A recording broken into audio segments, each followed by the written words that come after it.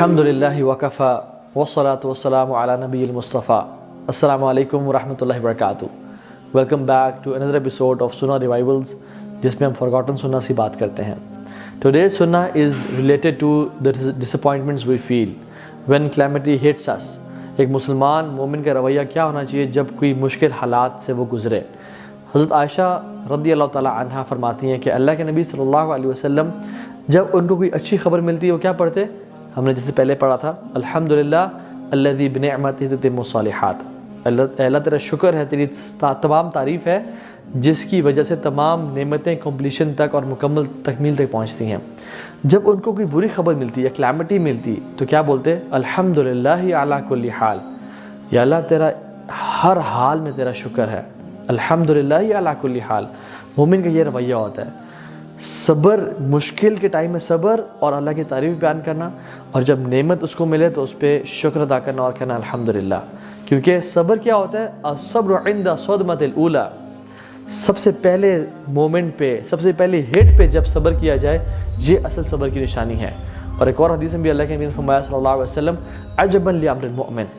مومن کا معاملہ، مومن کا جو افیئر ہے بڑا مختلف ہے، بڑا عجیب کر دینے والا ہے، بڑی خوشی والا ہے. کیسے؟ اس پہ کوئی مصیبت آتی ہے، اس پہ صبر کرتا ہے اور اللہ کے سامنے پیشنس اختیار کرتا ہے، شکر ادا کرتا ہے.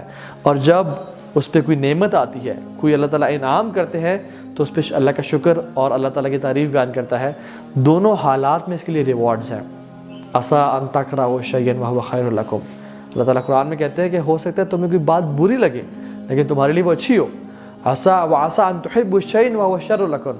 ہو سکتا ہے تمہیں کوئی چیز بہت پسند ہو، بہت محبوب ہو، لیکن ہو تمہارے لیے وہ شر کی بات. اور اللہ کے نبی ہمیں یہ سکھایا کہ جب کوئی مصیبت آ جائے، مشکل آ جائے، کیا پڑھو؟ انا للہ و انا الیہ راجعون. اللہم اجرنی فی مصیبتی واخلف لی خیرا منہا. بے شک ہم اللہ کی طرف سے ہیں اور ہم نے اللہ کی طرف جانا ہے. اللہم اجرنی فی مصیبتی واخلف لی خیرا منہا. یا اللہ مجھے اس مصیبت سے نکال دے اور مجھے اس کا بہترین ایکسچینج عطا کر. اور اللہ تعالیٰ جو شخص یہ دعا پڑھتا ہے اللہ سے کیا دیتے ہیں؟ اس کو اس اجر بھی دیتے ہیں اس مصیبت پہ، اور اس کو ہی gives him something better in exchange. ام سلمہ رضی اللہ تعالیٰ عنہا جب ان کے شوہر ابو سلمہ فوت ہو گئے تو انہوں نے کہا کہ ان سے بہتر شخص مجھے کون ملے گا؟ ہم فرسٹ فیملی تھے جو اللہ کے نبی صلی اللہ علیہ وسلم کے پاس ہجرت کر کے گئے، ابو سلمہ سے بہتر کون ہو سکتا ہے؟ لیکن وہ پکے مومن لوگ تھے.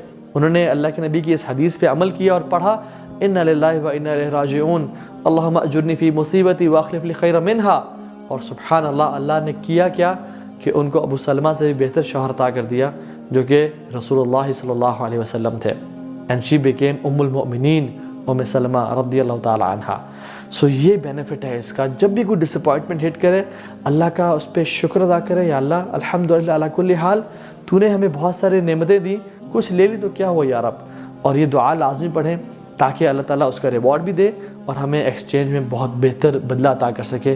خود بھی اس پہ عمل کریں، لوگوں تک بھی پھیلائیں، کیا پتہ کسی کا بھلا ہو جائے ہم میں سے. جزاک اللہ خیر، بارک اللہ فیکم، السلام علیکم ورحمۃ اللہ وبرکاتہ.